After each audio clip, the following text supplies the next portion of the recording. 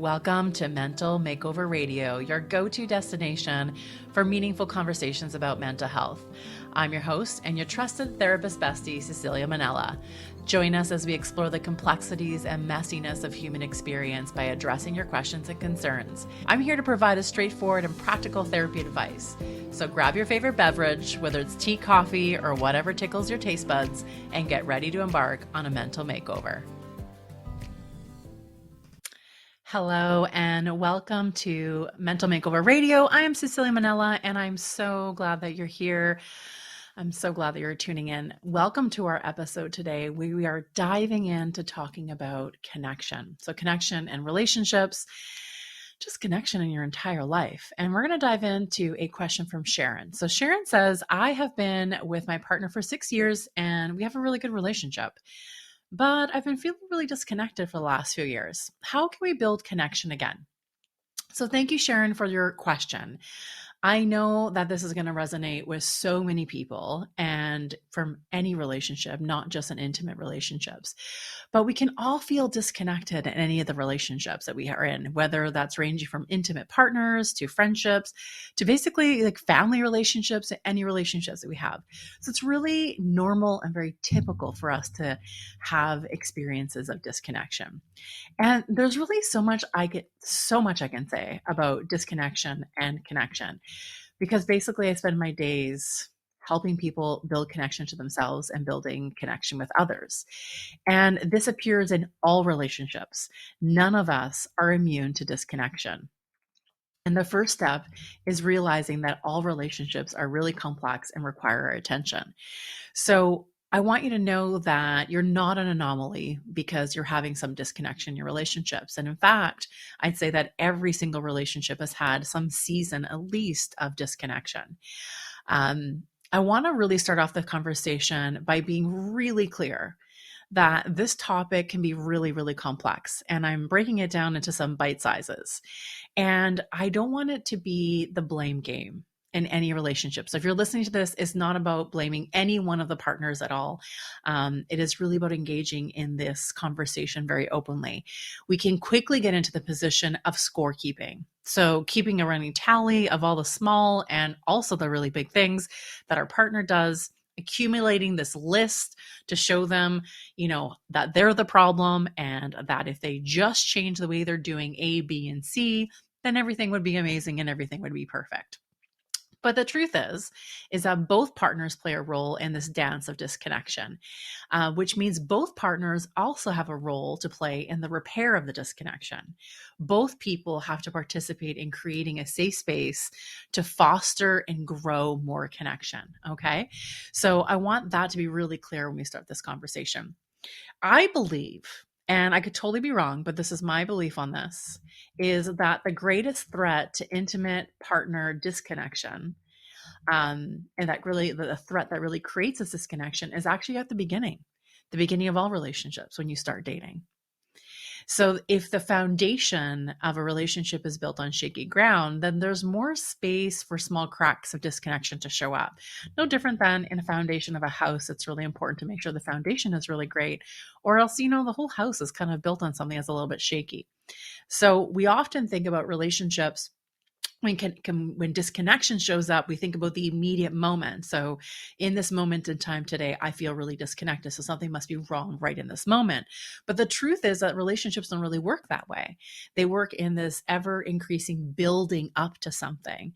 And often it's small little things along the way that, compound and compound and compound into the point that one person in the relationship or both people in that relationship pay attention to this disconnection that shows up and they think it's just in this moment. And we don't stop to think about the history of that relationship.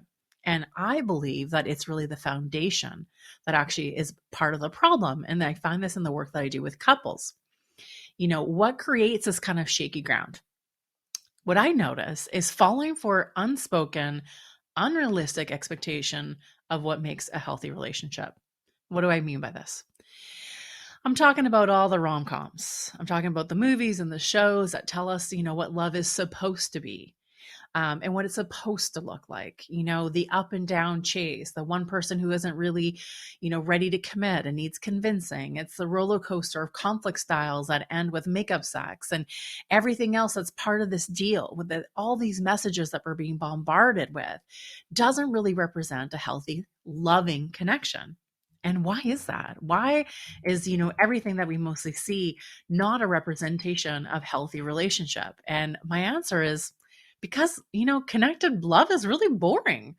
And boring isn't sellable. It's much more exciting to have the roller coaster ride of, the anxious attachment style with, the avoidant attachment style, which I went into in my last episode. Is this kind of roller coaster where secure connected love is actually not that interesting generally. So it's not really sellable, right? So my first tip around how to build connection in a relationship is to audit the beginning. I want you to grab a journal or, make some notes on your phone or something and keep track of some of these questions. What was it like when you were first dating with your partner? What did you really enjoy? What's the foundation of that relationship? What drew you to this person? Why did you pick this person to be your person? It's really important to dive into these things because chances are, you're just human. So there are some unrealistic expectations of what love and connection were supposed to look like.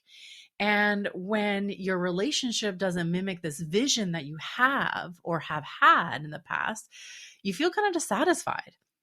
So disconnection is really rooted in this dissatisfaction, but it's also important to explore the origin of this dissatisfaction. Is it based on what's happening in this current moment? Or, is it based on what you think should happen or should have happened? What is it that's really, leading this to you to go into the space of disconnection, dissatisfaction? So asking yourself, what creates this sense of dissatisfaction for me? What expectation am I holding on to that maybe isn't really realistic? Now, I'm not saying you need to let go of all the expectations, because that's not a thing at all. We actually need expectations in relationships, and they need to be really, really clear with our partner. But what I'm asking you is to explore those expectations and then decide if they're serving your happiness or not. For example, if I'm talking about myself, I have the expectation of kindness in my relationship, and I'm looking for evidence of kindness. And if I see something different from that, then it's going to bring a sense of dissatisfaction in my relationship. Okay. But if I have the expectation of my partner being, let's say, in a good mood all the time, then I'll always be disappointed and dissatisfied because humans are allowed to have bad days. I have bad days. My partner has bad days. Everyone's got bad days. And I'm kind of moody and he's kind of moody sometimes too. And that's totally okay. But we can be kind when we're having a bad day, and we can be kind even when we're in a bad mood. So those two things are very different. And this is why auditing your expectations is really important, because I'm really curious about what you're going to find. Ask yourself if your expectations are realistic and if they line up with your values. So it's not about not having high expectations, because I get that a lot of the time. Like, I don't want to lower my expectations, Cecilia, because I really want to have these high expectations. Totally great. Have all the expectations you want. Have them as high as you actually want them to.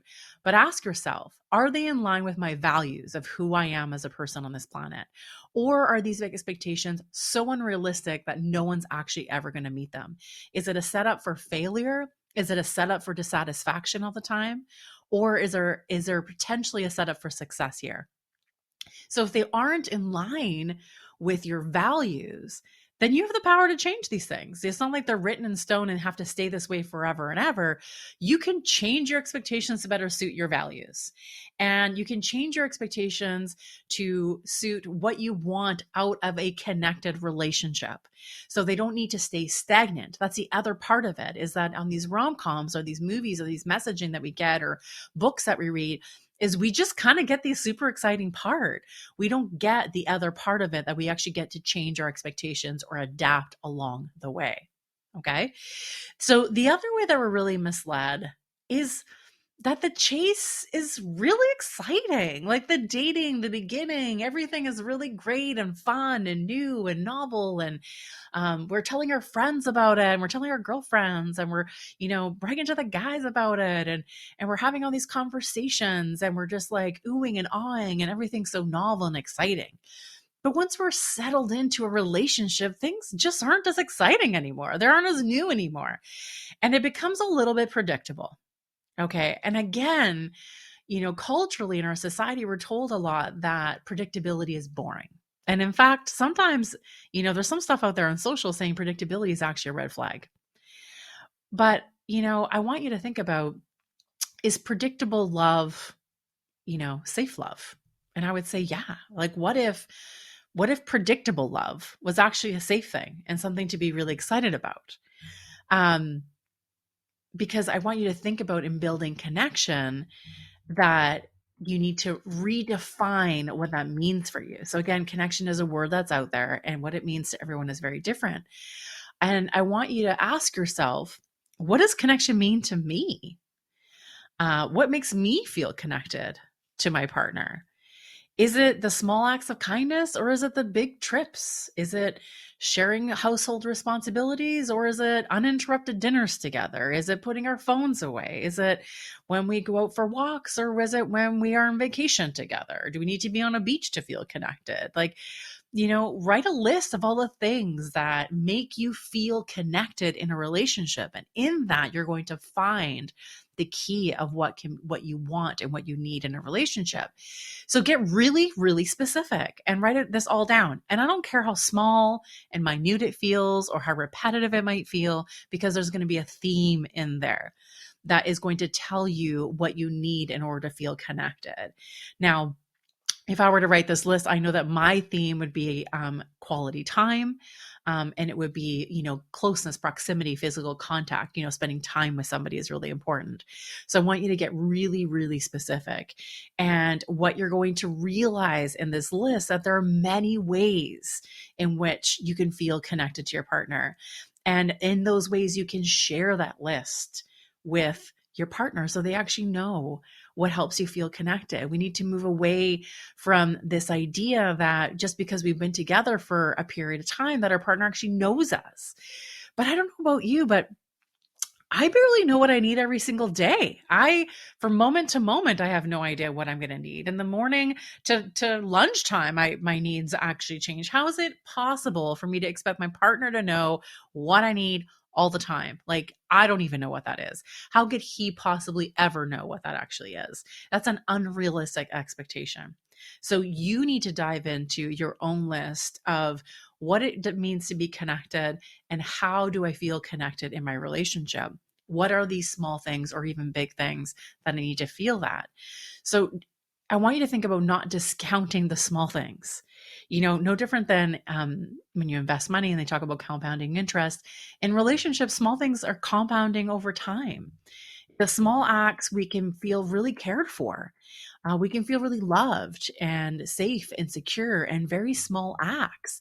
They don't always have to be these grandiose expressions of love and connection. It can be small things over time.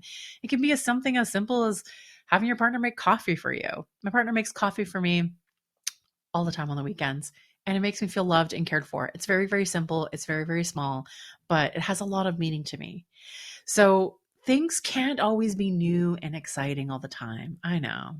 It's like the disappointing thing about long-term relationships, is that we lose that kind of excitement. Life is just really way too busy for us to be exciting all the time. If you're, being really honest with yourself on all the time that you have and all the responsibilities you have in that time that you're trying to squeeze in, it's work, it's families, it's children, it's parenting, it's, being a sibling, having friendships, going out, doing things, driving people all over the place.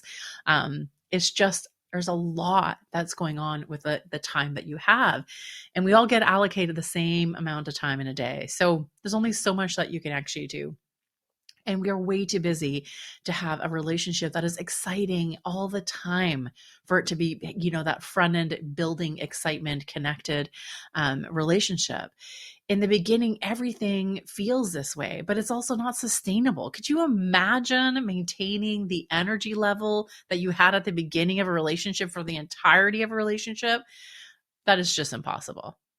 But it's also what we're told, exciting love actually is this unrealistic sustainability. All relationships settle into a rhythm or kind of a flow. And what you do influences that flow. I influence the flow of my relationship. You influence the flow in your relationship. And you can change how you show up and how you influence that rhythm to feel a bit more connected. So I want you to think about how you could possibly show up just a little bit differently to create a little bit more connection in this relationship.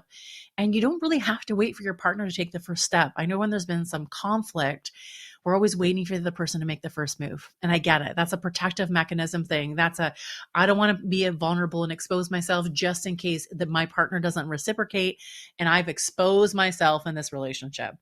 But I'm telling you, showing up, taking a small step towards building something that makes you feel a bit more connected, or opening up a pathway to a conversation or an activity that makes you feel connected, will help bring your partner into that space with you. Because this is the point of being a relationship, is being with someone and being connected with someone. My third tip about building connection is to remember that connection is built in safety, not in chaos. I'm going to say that one more time because I think some people need to hear this, is that connection is built in safety and it's not built in chaos. So conflict and disagreements are super normal in a relationship.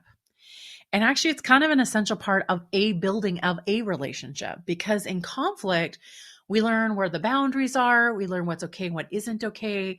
We learn about each other's conflict styles. And the most important thing is we learn how to repair after conflict in relationships. So it's important to have conflict. Now, this isn't about being yelly and abusive, not that kind of behavior. I'm talking about having disagreements. And conflict can be different for different people. So you might want to think about what your definition of conflict is and how different it is from fighting. Because fighting isn't necessarily really healthy in relationships, but conflict actually is. And conflict is basically just a disagreement between two people. Now, I don't know about you, but conflict just happens around us all the time. And in conflict, we learn so much about another person. If we can open ourselves up to not fighting to be right, so we're not right fighting, but we're actually having conflict in order to gain an understanding of somebody else. So it's sharing my perspective and also having someone share their perspective that may be a little bit different. Now, there can be really healthy patterns in conflict if there's some really clear guidelines or boundaries on how to navigate conflict, okay? So the metaphor I give with partnerships, and also in friendships and family relationships and any kind of relationships, is I encourage you to build a list of what's above the belt and what's below the belt. Now, the example I use is boxing. Okay. There are a lot of rules in boxing. I'm not sure if anyone's a boxing fan, but I grew up watching boxing because my dad loved boxing. So I know a lot about boxing. But there are rules on what is and isn't allowed in boxing. So what's, below the belt and what isn't below the belt. And these rules keep boxers safe. So it keeps the participants of this engagement safe. And it allows for equal engagement. So there's a understanding across the board of what the rules actually are, and we're going to engage within these rules. If the rules are broken, someone dings the bell, people separate, there's a break, and we come back with the same understanding or on the same rules.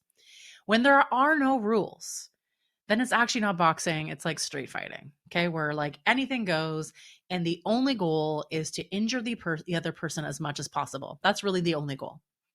In a relationship, we need to box and we need to not street fight. So often conflict is framed as, I'm going to hurt you because you've hurt me. And I'm going to hurt you as much as I possibly can because you've hurt me really badly. And there aren't any rules of engagement.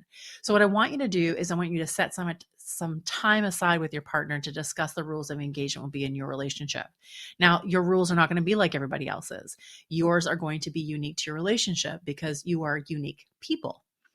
And I want you to write out what is and isn't allowed in conflict. Then when you're both in conflict, You both are holding up these standards, these rules of engagement, and adhere to them.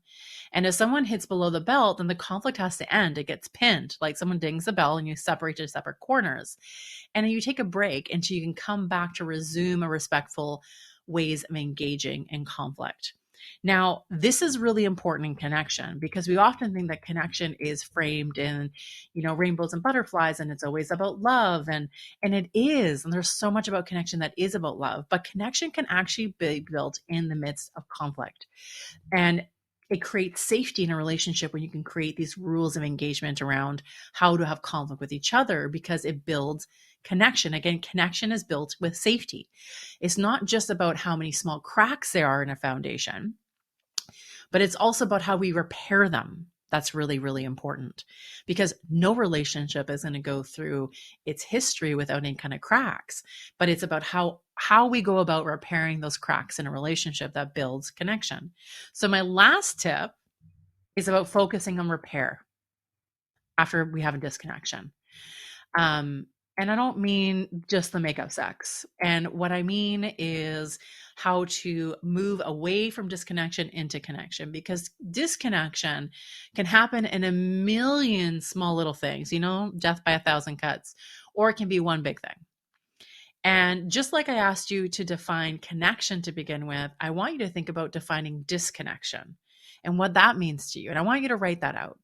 And I want you to have that conversation with your partner. So if I think about for myself, disconnection means having a bit of a feeling of loneliness, of kind of the sense of like reaching but not feeling my partner being close to me, not just physically, but also emotionally. It means not having those kind of conversations that really matter. It means not really knowing how my partner feels. It's a sense of being far away, either physically or emotionally. So it's really important to define what it means to you and not get caught in finger pointing again. And I say this because we often get caught there. What it feels like to you is most likely to be very different than what it feels like for your partner to define it. So your definition of disconnection might be very different, and that's totally okay. There's no right or wrong answer to any of this. A relationship has to have space for both of you. And it actually does. A relationship has tons of space for both of you. And a healthy relationship needs both of your definitions in order to be thriving and loving, or else one person feels like their needs are not getting met or they're not being heard. Now, repair can be really as simple as positive affirmations or pointing out positive things, which is interesting is, Dr. John and Dr. Julie Gottman, who are the relationship researchers in the US and have many, many books that have been written about it, have found in the research that it takes about 20 positive affirmations to heal the impact of one negative criticism. 20 to 1. How good are you at that ratio? I know I haven't always been good at that. And it's taken years of learning to get to that place.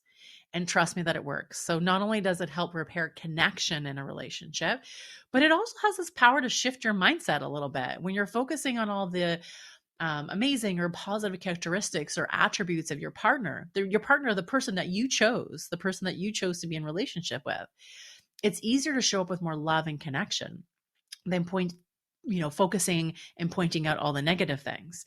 So I want you to think a little bit about that ratio. Sharon, thank you so much for your question. It was, super lovely to have you ask questions about how to build connection. And I hope that you found this episode helpful with some of the tips, focusing on the foundation of your relationship, challenging social expectations of what it's supposed to look like or what it should or shouldn't be, and defining connection and disconnection for yourself and your partner. This is a great episode to share with your partner. Okay. It's a great way to get the conversation started. You don't have to start it. You can just send them this episode, and I actually start the conversation for you by listening to this. So emotional intimacy is based on mutual conversation. So sharing parts of ourselves with our partner, that is the best way to keep things interesting and exciting. You are an evolving human. Okay. And so is your partner. Whether you've been together for a year or for 20 years, you are not the same person you were when you met. And neither is your partner. this is a really great opportunity to grow and connect by getting to know each other a little bit more deeply. And that's really exciting. It's kind of bringing back some of that dating experience, that dating energy of being radically curious about your partner and not sitting in a place of assuming that you know what they're thinking or what they're going to say or how they're going to be. There is growth that happens with people, and people have different ideas and they read things and they expose themselves to new things. And we just need to get a little bit curious. So share this episode with your partner and have a conversation about connection and what disconnection actually looks like in your relationship. I hope you found this episode helpful and integrate some of these tips into your relationships. And if you think someone in your life would benefit from this, please feel free to share them. Hop on over to social, let me know what you think and how you're interacting with some of these content. If you brought it up with your partner or not, love to hear from you. Thank you for being part of this meaningful conversation today. And if you enjoyed the show, don't forget to hit that like, subscribe, and follow button on your preferred platform. Your support fuels our growth, enables us to even reach more listeners just like you. The show wouldn't be possible without you. It just wouldn't. I'm here because of you and the questions that you're submitting. So take a quick look at our show notes for a convenient link on how you can submit your question for a chance to be featured on our upcoming episodes. Thanks again for being part of the Mental Makeover community. And until next time, be bold, be brave, be well.